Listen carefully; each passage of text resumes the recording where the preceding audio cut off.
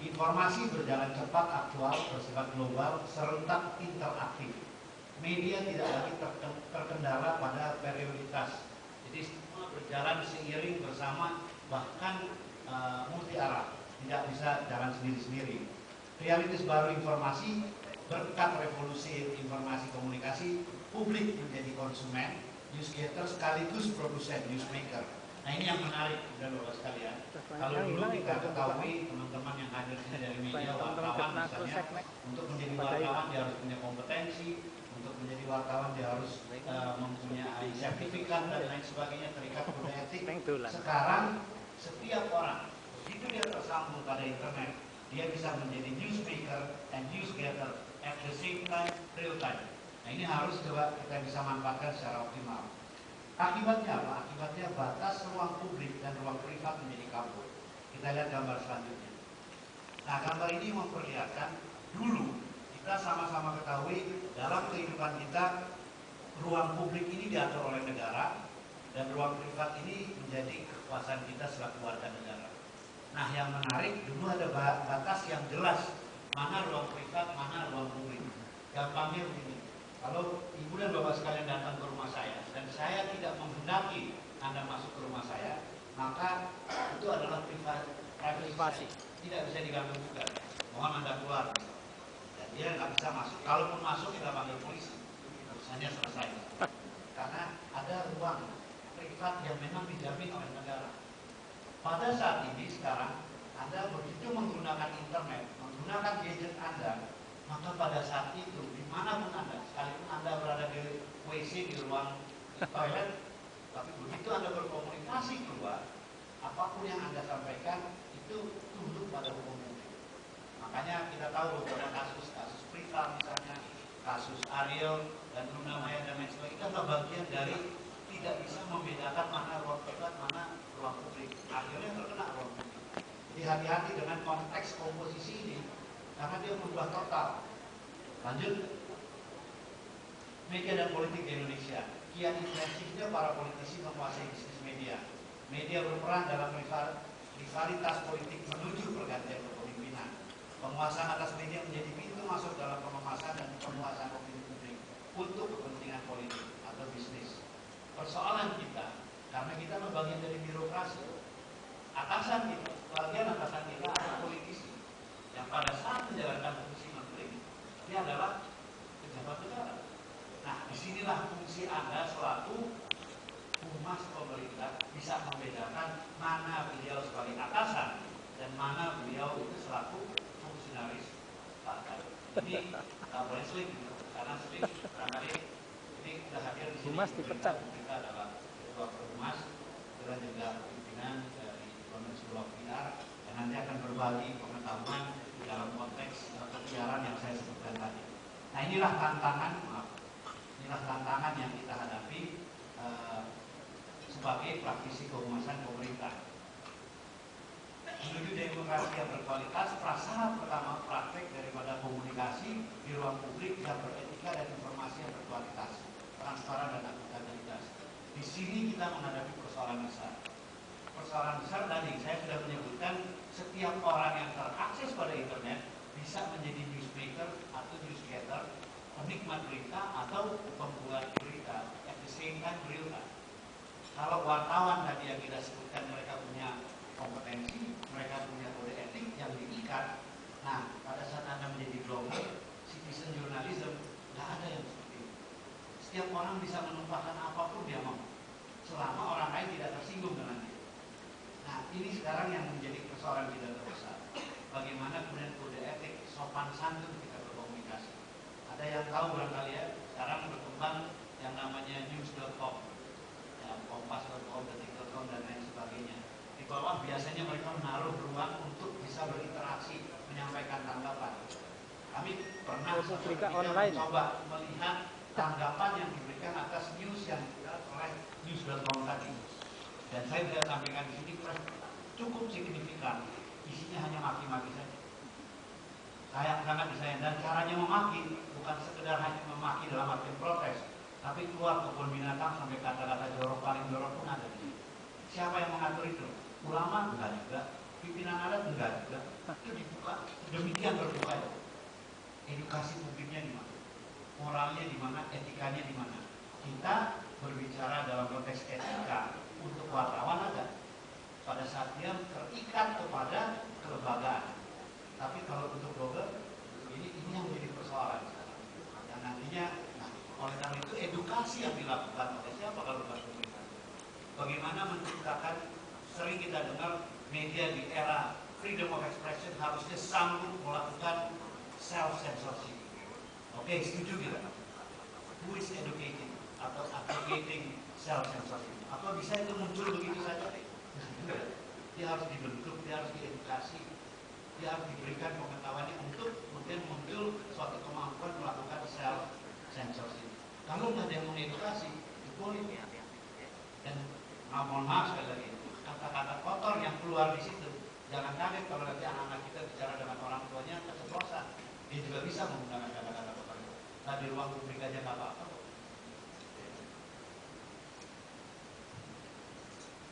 Isi media, secara umum media lebih suka memberitakan bad news. Ini common sense lah ya. Media swasta konten cenderung kurang memberikan ruang apresiasi terhadap capaian achievement penyelenggara negara. Diakui bahwa terjadi semacam delegitimasi daripada penyelenggara negara. Nah, sebenarnya salah satu komponen yang strategis untuk melakukan penguatan terhadap legitimasi penyelenggara negara ya harusnya humas. Pertanyaannya di mana humasnya? Who is humas? Ya kita yang ada di sini ya. Dan bagaimana? Apakah kita memiliki strategi dan tadi sebagai agenda setting? Ini persoalan yang kita hadapi sekarang. Di lain pihak, kita punya katanya ada yang namanya lembaga penyiaran publik yang wajib menyampaikan kepentingan negara, RRI dan TVRI. Kalau secara nominal ya, TVRI dan RRI melakukan itu. Tapi mereka mempunyai hak juga. Satu contoh, saya barusan dapat surat dari salah satu LPP ya, karena LPP-nya cuma 2, saya tebak yang dengan mudah, dengan gampang memindahkan jam siarannya pemerintah ke jam tidur. Dengan mudah memindahkan itu dengan menaikkan harga. Saya sampai tanya, LPP Anda ini urusi negara atau nyari untung sih? Tapi itu fakta-fakta yang kita hadapi. Secara real, sebenarnya pemerintah tidak memiliki media sama sekali. Kita punya masing-masing kementerian, saya yakin punya majalah, punya barangkali koran dan lain sebagainya. Tapi dia tidak melakukan agenda setting yang disepakati pemerintah. Masing-masing jalan sendiri. Ini sudah menjadi tantangan kita sendiri. Problem konten. Saya susah maaf kalau gambarnya agak udah kan yang ada di sini manusia. Tapi kabarin boleh neng Pontianak. Nah, ya bisa membedakan. Itu aja yang dibuat. Pontianak. Jadi antara Amoy Singkawang dibedakan. Nah, apa yang kita hadapi sekarang ini? Problem yang kita hadapi problem konten media kita dengan mudahnya radikalisme, apa lah bapak-bapak, konflik yang terjadi, mulai konflik dalam keluarga, konflik antar kelompok, konflik antar sekolah, konflik antar suku, konflik bermacam-macam konflik. Dan itu dengan mudah tadi Pak Asisten 3 katakan bagaimana media selalu mengekspos konflik-konflik yang terjadi. Tadi pagi kalau dia nonton TV kita bisa lihat secara detail bagaimana perkelahian di Palu antar dua kelompok, bagaimana dibakarnya kantor wali kota dan lain sebagainya secara gamblang. Jadi akhirnya buat daerah lain yang damai-damai kayaknya kalau nggak sembuh bakar aja kantor wali kota. Nah, seperti itu. Jadi jadi persoalan yang pada saat ini kemudian nanti akan muncul. Belum lagi kita lihat bisnis hedonis konsumerisme. Kalau Pak Asisten 3 mempertanyakan kemana pemerintah, kenapa tidak melakukan itu? Kalau secara undang-undang itu tugasnya KPI, Komisi Penyiaran. Kalau di koran itu tugasnya Dewan Pers. Pemerintah tidak mempunyai kewenangan. Satu-satunya kewenangan pemerintah Pak regulasi yang melakukan edukasi. That's the only way. Apakah Anda selaku pejabat humas melakukan itu? Nah, juga. Kalaupun melakukan, belum tentu dimuat. Kalaupun dimuat, barangkali di halaman 700 bukan di halaman 1 dan lain sebagainya dan seterusnya. Jadi kalau diterusin, pemerintah kayaknya penderitaan pemerintah banyak banget. Enggak juga sebenarnya. Tapi saya hanya ingin menyampaikan ini fakta-fakta yang ada. Nanti kita lihat sekarang. Energi publik terkuras dengan agenda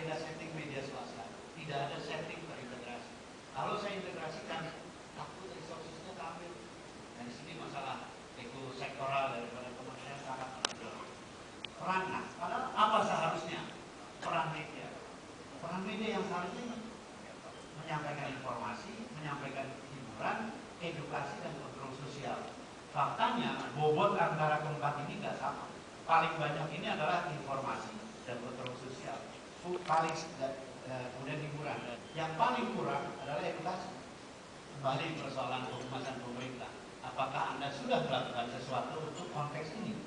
Memberikan alternatif bagi masyarakat agar supaya mereka juga mempunyai pengetahuan yang berimbang, bukan hanya yang negatif.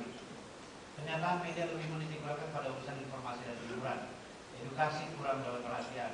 Kontrol sosial seperti salah gunakan untuk kepentingan dan lain sebagainya. Ini bukan ini terus terang opini ya.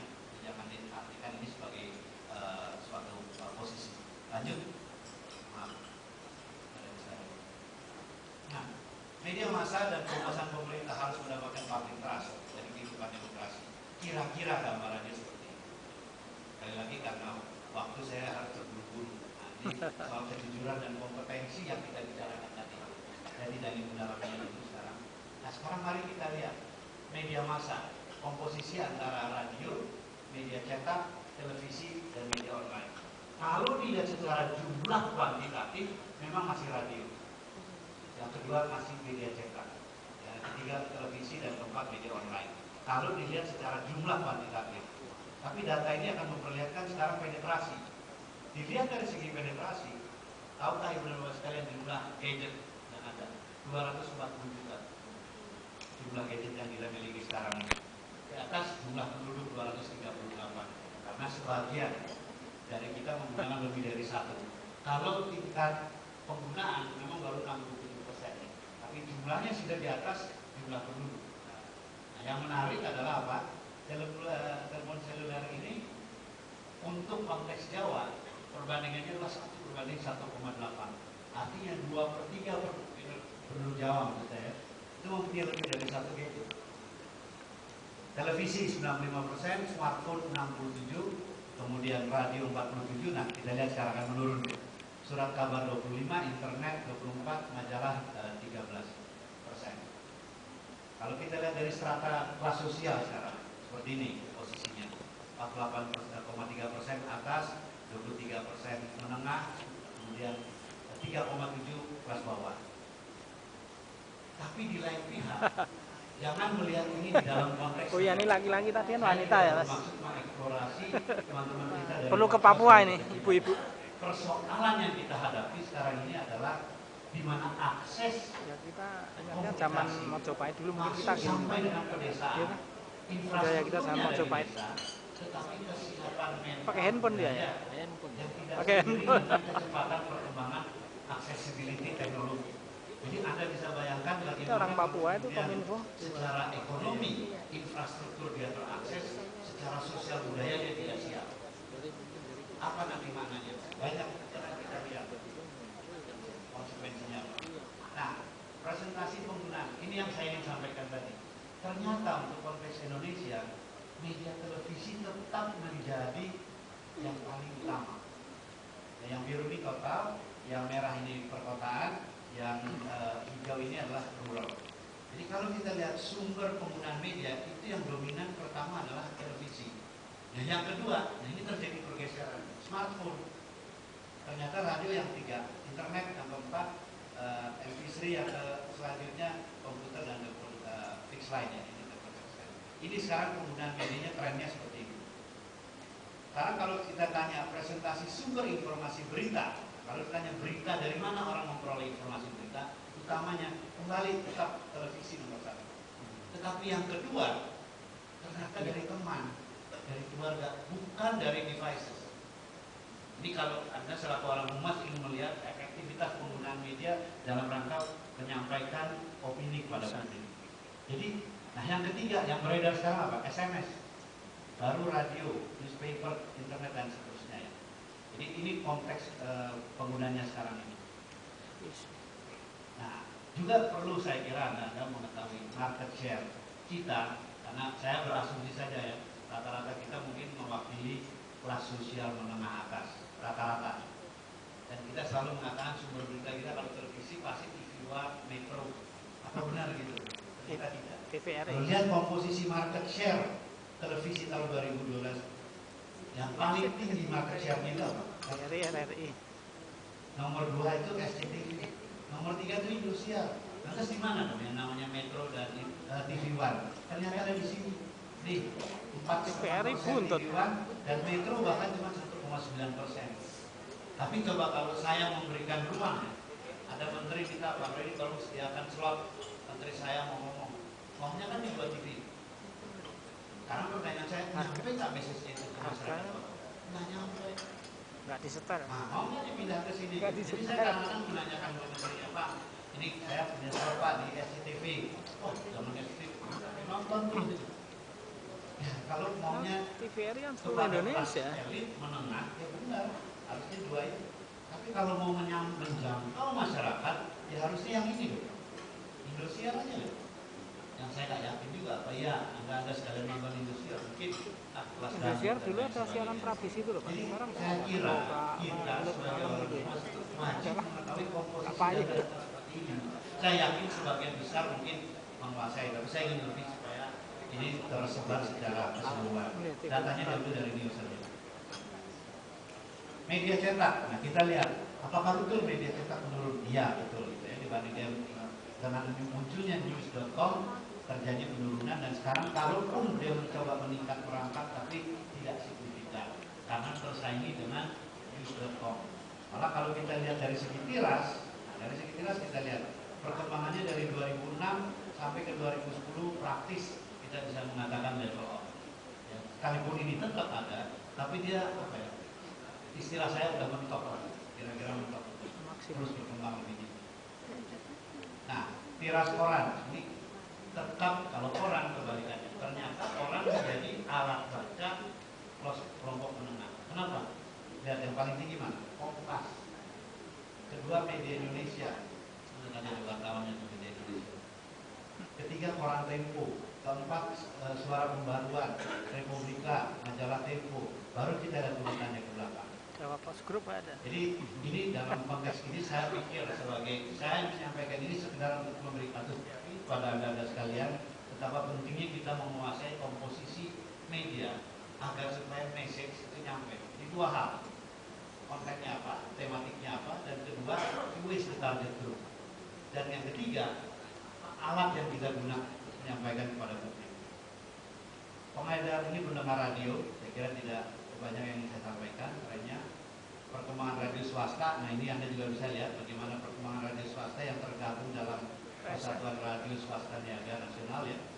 Itu juga perkembangannya sekarang ini praktis pada level 700-an jumlah anggotanya. Nah ini yang menarik, internet. Tahun 2012 kita memiliki 63 juta penduduk Indonesia yang sudah terakses pada internet. Tahun 2013 kita perkirakan angkanya akan meningkat menjadi 82 juta.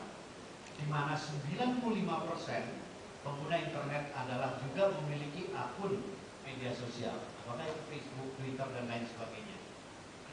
Kalau saya bagi lebih detail, maka bisa dilihat di sini yang menarik, penduduk berusia 12-34 tahun mendominasi penggunaan internet dengan posisi hampir 65%. Kelompok berusia 20-24 mencapai 15% dari 64% ini. Jadi konsentrasinya kita lihat, ini penduduk perkotaan, ini keluarga perkotaan, ini pengguna internet sudah 37. Kalau secara keseluruhan kita lihat penetrasinya sudah 23,5%. Jadi data-data ini sekali lagi saya katakan sebagai konteks untuk mengetahui alat apa yang paling efektif kita gunakan untuk menyampaikan pada publik. Dalam bicara Facebook, pengguna Facebook Indonesia sudah mencapai 40,6 juta. Indonesia merupakan salah satu negara pengguna Facebook terbesar keempat di dunia, 16,7%. Setelah Twitter tidak ini. Nah yang Twitter ini yang menarik tadi saya katakan. Twitter kita nomor 5 terbesar. Tetapi yang menarik, retweet, negatif retweet, kita one of the highest, salah satu yang paling tinggi. Jadi nggak salah kalau kita hanya bisa ngomel ngedukung sama komplain. Nah itu terbukti dari Twitter kita. Tidak antara tweet dengan retweet berbanding terbalik penggunaannya ya. Jadi, nah tadi pengguna saya kira saya sudah jelaskan boleh dikatakan kalau saya ambil kurang lebih ini sekitar 77-80% pengguna daripada media baru ini adalah mereka yang berusia 34 tahun ke bawah. Nah, ini juga menarik. Jadi barangkali penting kita ketahui dalam rangka melakukan kontrol untuk konten-konten yang negatif tadi. Di mana orang paling sering mengakses internet? Paling tinggi itu di rumah. Baru yang kedua itu mobile device. Yang ketiga itu di kafe. Kalau ini tiga kita lihat, memang tidak dimungkinkan terjadi pengawasan orang tua. Makanya tadi ya, pornografi meningkat, yang negatif konten meningkat. Di rumah ini harusnya orang tua yang melakukan kontrol. Enggak juga, kenapa? Karena orang tuanya umumnya gaptek, nggak ngerti. Anaknya lebih cerdas. Apalagi kalau bicara di mobile, dia bisa buka di mana saja, di kafe, tentu dengan teman-temannya dan lain sebagainya. Nah, kalau itu kita yang bicarakan, maka saya tidak akan berkonsentrasi kepada manfaat, tapi kita lihat jalan. Karena manfaatnya saya asumsikan saja, kita semua sudah tahu. Yang paling terbanyak kembali terulang pornografi, judi, pelecehan sara. Ini berujung selalu pada konflik ya. Kemudian pelanggaran hak cipta, pemicu konflik, tadi sudah saya sebutkan, radikalisme, terorisme. Nah, ini data ini saya kira cukup menarik untuk kita bahas. Kenapa? Karena saya ingin menyampaikan di sini pesan yang mau disampaikan dari data ini adalah tingkat kemajuan penetrasi pengguna internet kita yang meningkat begitu tajam dari tahun ke tahun. Tapi ternyata belum tentu penetrasi yang demikian intens membawa atau meningkatkan tingkat kesejahteraan. Kalau kita bandingkan itu dengan Human Development Index, tingkat kesejahteraan, kita lihat relatif level of. Kesenjangan antara tingkat kesejahteraan dengan penetrasi ternyata makin tahun makin luas. Nah, persoalan ini yang tadi sebenarnya ingin saya ulas, ingin saya angkat. Nah, kecepatan kita membangun infrastruktur di bidang komunikasi tidak bangi dengan kemampuan masyarakat memanfaatkan infrastruktur komunikasi tadi untuk meningkatkan tingkat kesejahteraannya. Lebih banyak kita lihat infrastruktur yang dibangun digunakan untuk apa? Untuk chatting. Chatting itu apa? Yang paling meningkat ya pasti narsis, hedonis, konsumerisme dan lain sebagainya. Jadi tidak digunakan misalnya sebagai akses untuk mencari ilmu, sebagai akses untuk misalnya pemasaran hasil bumi dan lain sebagainya. Tapi lebih menonjol di dalam konteks tadi entertainment lah, untuk fungsi-fungsi hiburan. Nah, harusnya saya mengharapkan tentu teman-teman dari Baku Humas bisa memanfaatkan bagaimana komunikasi di ruang publik menjadi salah satu sarana pendidikan non formal. Jadi sarana pendidikan itu tidak selalu harus melalui sekolah, pendidikan tidak selalu harus melalui keluarga, tapi juga bisa dilakukan dengan memanfaatkan media, termasuk media jejaring sosial sebagai sarana pembelajaran bagi masyarakat. Saya kira ini yang belum kita lakukan secara optimal. Terlihat di sini fenomenanya adalah media menjadi disembedded terhadap kontennya. Dia tidak berjalan seiring bersama. Perkembangan media termasuk media internet tidak seirama dengan konteks dan perkembangan sosial yang ada. Malah terjadi kesenjangan yang semakin meningkat antara accessibility infrastruktur dengan tingkat kesejahteraan masyarakat. Media akhirnya menjadi bagian dari masalah sosial, bukan menjadi sarana untuk lebih meningkatkan tingkat kecerdasan. Nah, kalau kita lihat, kalau saya terjemahkan ke dalam konteks demokratisasi yang banyak kita bicarakan, maka menarik untuk melihat dari negara-negara anggota, ya, dari anggota ASEAN. Di sini kita lihat di dalam konteks ini, jadi di sini adalah indeks demokrasi, di sini indeks kebebasan. Di dalam konteks sudah lebih 8 menit, Pak. Oke. Dalam konteks demokratisasi, Thailand yang tertinggi. Thailand nomor 2. Dalam konteks keterbukaan, kita yang dianggap paling dibanding negara-negara lain. Saya kira sekali lagi karena keterbatasan waktu, saya tidak akan mengambil waktu lebih lama. Tadi sudah terlalu lama penjelasan sebelumnya. Moga-moga ini ada manfaatnya. Terima kasih dan